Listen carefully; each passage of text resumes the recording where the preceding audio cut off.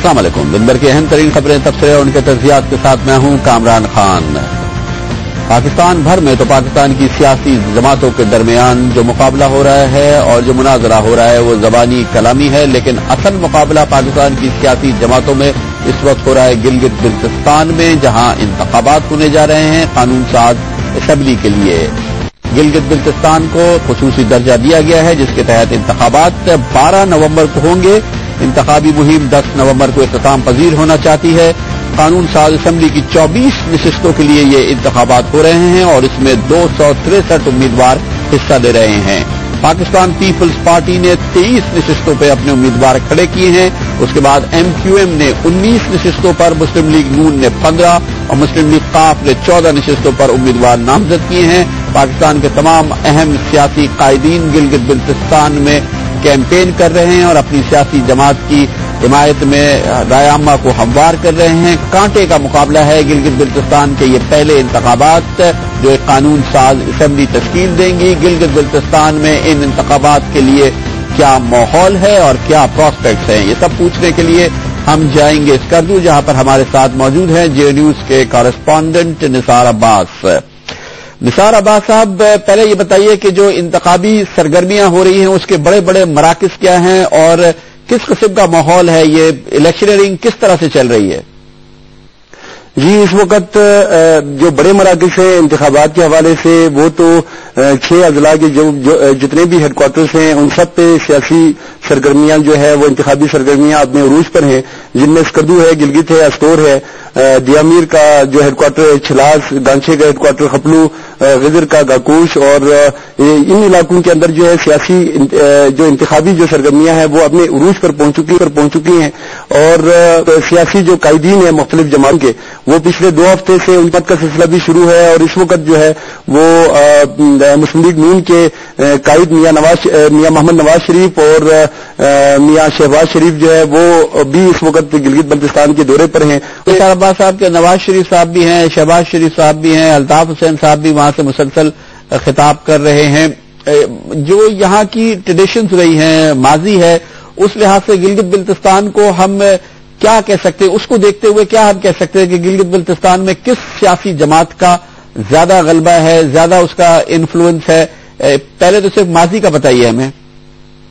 جی، ماضی کو اگر آپ منتظر رکھتے ہیں تو اس وقت ماضی میں تو پیپلز پارٹی جو ہے وہ اس کا بہت زیادہ یہاں پہ اثر رسوخ رہا ہے، کیونکہ ذوالفقار علی بھٹو کے دور سے ہی یہاں پہ اصلاحات کا سلسلہ شروع ہو گیا تھا اور ذوالفقار علی بھٹو ہی تھے جنہوں نے پہلی مرتبہ یہاں پہ لوگوں کو جو ہے وہ ان کے مسائل جو ہے ان کے دروازے پر آ کر خود حل کرنے کی کوشش کی۔ اس کے بعد آپ دیکھیں تو 1994 میں پہلی مرتبہ بے نظیر بھٹو نے یہاں پہ ایک پیکج دیا تھا اور اس پیکج کے تحت جو ہے گلگت بلتستان کے قانون ساز اسمبلی کے جو نشستیں ہیں ان میں بھی اضافہ کیا گیا۔ اس کے علاوہ بھی بہت ساری مراحت دی گئی، تاہم اس دور میں مسلم لیگ نون بھی شامل رہی ہے۔ انہوں نے بھی 1999 کے دور میں جو ہے انہوں نے قانون سازی کا اختیار پہلی مرتبہ مسلم لیگ نون نے دیا تھا اور اس جو موجودہ اسمبلی ہے اس کو قانون ساز کونسل کا درجہ دیا تھا۔ صاحب آپ نے بتایا پیپلز پارٹی کی ایک پرانی ٹریڈیشن ہے اس علاقے میں کام، اور یہاں سے جو کانفیڈنس ملا ہے پیپلز پارٹی کو ماضی میں، اس کے علاوہ پاکستان مسلم لیگ نون کا بھی یہاں نام رہا ہے اور کام رہا ہے اور ان کی سیاسی یہاں پہ جڑیں بتائی جاتی ہیں۔ ایک اہم اس وقت ایلیمنٹ اس الیکشن ریس میں شامل ہوا ہے، متحدہ قومی موومنٹ بہت بھرپور الیکشنئرنگ کر رہی ہے گلگت بلتستان میں اور 19 نشستوں پہ متحدہ قومی موومنٹ MQM کے اراکین الیکشن لڑ رہے ہیں۔ یہ ایک نیا ایکسپیرینس ہے، اس کو کیسے گلگت بلتستان کے لوگ دیکھ رہے ہیں اور MQM کی جو وہاں پہ جو آرگنائزیشن ہے وہ کتنی افیکٹو ہے اس الیکشنئرنگ میں؟ جی، MQM انتخابات سے کچھ ہی دیر پہلے ہی یہاں پہ آئی ہے، لیکن اس کو جس انداز میں پذیرائی اس علاقے میں مل رہی ہے وہ توقع سے بہت زیادہ ہے۔ اس کی بنیادی وجہ یہ ہے کہ MQM کو جو ہے محروم اور متوسط طبقے کی جو ہے وہ جماعت سمجھی جاتی ہے اس علاقے میں بھی، اور مجھے یہ جان کے بھی بڑی حیرانی ہوئی کہ اس وقت جو دور دراز کے علاقے ہیں، خاص طور پر جو گلگت بلتستان کے بالائی علاقے ہیں، وہاں پر بھی MQM کے جھنڈے میں نے دیکھے ہیں، تو اس جماعت کو اس علاقے میں بہت زیادہ اس وقت پذیرائی مل رہی ہے۔ جس کی میں نے بنیادی وجوہات میں سے ایک وجہ تو بتائی کہ یہ اس جماعت کو جو ہے محروم طبقے کی جماعت سمجھی جاتی ہے. اس کے علاوہ جو پڑھا لکھا طبقہ ہے ان کا بھی یہی کہنا ہے کہ مسلم لیگ نون اور پاکستان پیپلز پارٹی بہت سارے ہمارے مسائل تو حل کرنے میں کامیاب ہوئی، لیکن جو ہمارا کنسٹیٹیوشنل جو ایشو ہے اس کو حل کرنے میں مسلم لیگ نون اور پیپلز پارٹی ابھی تک جو ہے کوئی خاطر خواہ کامیابی حاصل نہیں کر سکے. تاہم ان کی امیدیں اس وقت متحدہ قومی موومنٹ کے ساتھ ہیں. وہ یہ سمجھتے ہیں، لوگوں کا یہ کہنا ہے کہ متحدہ قومی موومنٹ شاید ہمیں اس قومی دھارے میں شامل کرنے میں کامیاب ہو، اور جس طرح کی مشکلات گلیت بلتستان کے لوگوں کو اس وقت جس طرح کی مشکلات کا سامنا کرنا پڑ رہا ہے ان کا مستقبل میں شاید اس کا تدارک جو ہے اور ان کا حل جو ہے صرف متحدہ قومی موومنٹ ہی پیش کرے گی. یہی وجہ ہے کہ آج جب الطاف حسین صاحب کا خطاب تھا اس میں نے دیکھا کہ گلتری جو اس وقت بہت ہی دور دراز کا علاقہ ہے، یہاں پہ بہت ہی بلائی علاقہ ہے جو 7 مہینے تک دنیا سے کٹا رہتا ہے برفباری کے باعث، وہاں سے بھی لوگ ان کے جلسے میں شرکت کے لیے آئے تھے. اس کے علاوہ جو کرگل سیکٹر کے آخری جو دیہات ہیں بیسل ہے اور دوسرے جو دیہات ہے ہولڈنگ، وہاں سے بھی لوگ آئے تھے. پھر خپلو سیاچن کے علاقے سے بھی بہت بڑی تعداد میں شگر سے 200 گاڑیوں کی بہت بڑی ریلی جو ہے اسکردو پہنچی تھی.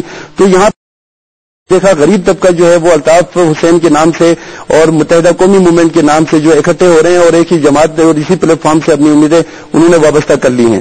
بہت شکریہ جناب نثار عباس. جیو نیوز کے کارسپونڈنٹ ہمیں سردی سے بتا رہے تھے کہ بھرپور الیکشنئرنگ ہو رہی ہے اور حالیہ دنوں میں جتنی بھی سیاسی تناؤ اور جو بھی سیاسی مقابلہ ہے اس کا اصل فیصلہ ہوگا گلگت بلتستان میں، جہاں پر الیکشنز میں پاکستان پیپلز پارٹی، متحدہ قومی موومنٹ، پاکستان مسلم لیگ نون اور دوسری جماعتیں مد مقابل ہیں. جناب نواز شریف، شہباز شریف وہاں پہنچے ہوئے ہیں. جناب الطاف حسین خطاب کر رہے ہیں. پیپلز پارٹی کے رہنما بھی گلگت بلتستان میں کیمپین میں حصہ لے رہے ہیں. 12 نومبر کو انتخاب ہوگا اور نتائج انتہائی اہم ہوں گے اور انٹرسٹنگ. ہمارے بریک اور اس کے بعد ہم جائزہ لیں گے. کم از کم 1.5 سال پہلے پاکستان کے میڈیا نے صدر آصف علی زرداری اور پاکستان پیپلز پارٹی کے حکومت کے عروج کا جشن منایا تھا، لیکن اب وہی میڈیا اور راوی صدر آصف علی زرداری کا زوال لکھ رہا ہے. تو جائزہ لیں گے ایک کمرشل بریک کے بعد.